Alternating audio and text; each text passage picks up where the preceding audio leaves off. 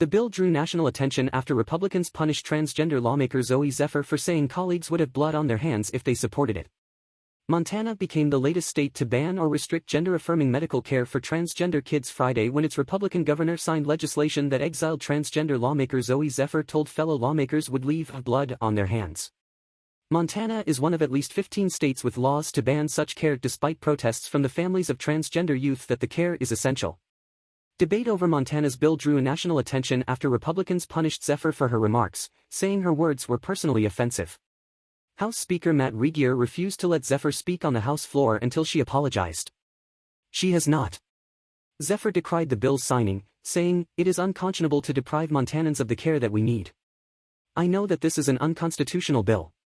It is as cruel as it is unconstitutional. And it will go down in the courts," Zephyr said.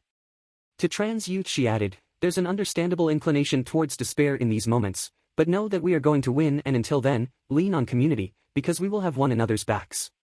On Monday, Zephyr had stood defiantly on the House floor with her microphone raised as protesters shouted, "Let her speak," disrupting House proceedings for at least 30 minutes.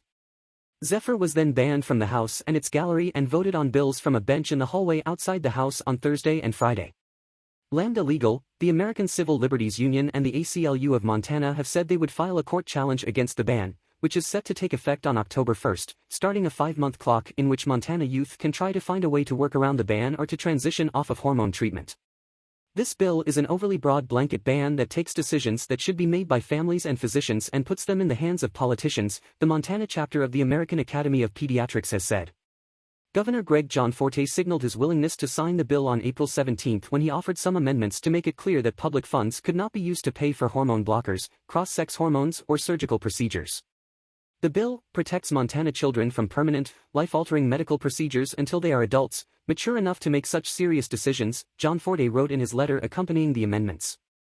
Debate over the amendments led Zephyr to admonish supporters the following day.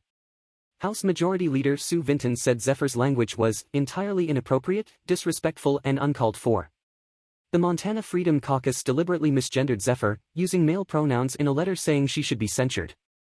After Monday's protest, the caucus said she should be further disciplined. Under the new law, health professionals who provide care banned by the measure could have their medical licenses suspended for at least a year. They could also be sued in the 25 years following a banned procedure if a patient suffers physical, psychological, emotional, or physiological harm. Physicians could not hold malpractice insurance against such lawsuits. The law also prohibits public property and employees from being involved in gender-affirming treatment. During hours of emotional committee hearings, opponents testified that hormone treatments, and in some cases, surgery, are evidence-based care, supported by numerous medical associations and can be life-saving for someone with gender dysphoria, the clinically significant distress or impairment caused by feeling that one's gender identity does not match one's biological sex.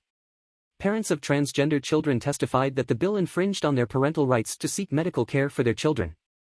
Opponents also noted that treatments such as puberty blockers and breast reduction surgery would still be legal for minors who are not suffering from gender dysphoria, a difference they argue is unconstitutional. In the letter to legislative leaders accompanying his proposed amendments, Gianforte said he met with transgender residents, understands that their struggles are real, and said Montanans who struggle with gender identity deserve love, compassion, and respect. "That's not what trans Montanans need from you," Zephyr said as the House considered his amendments. "We need access to the medical care that saves our lives."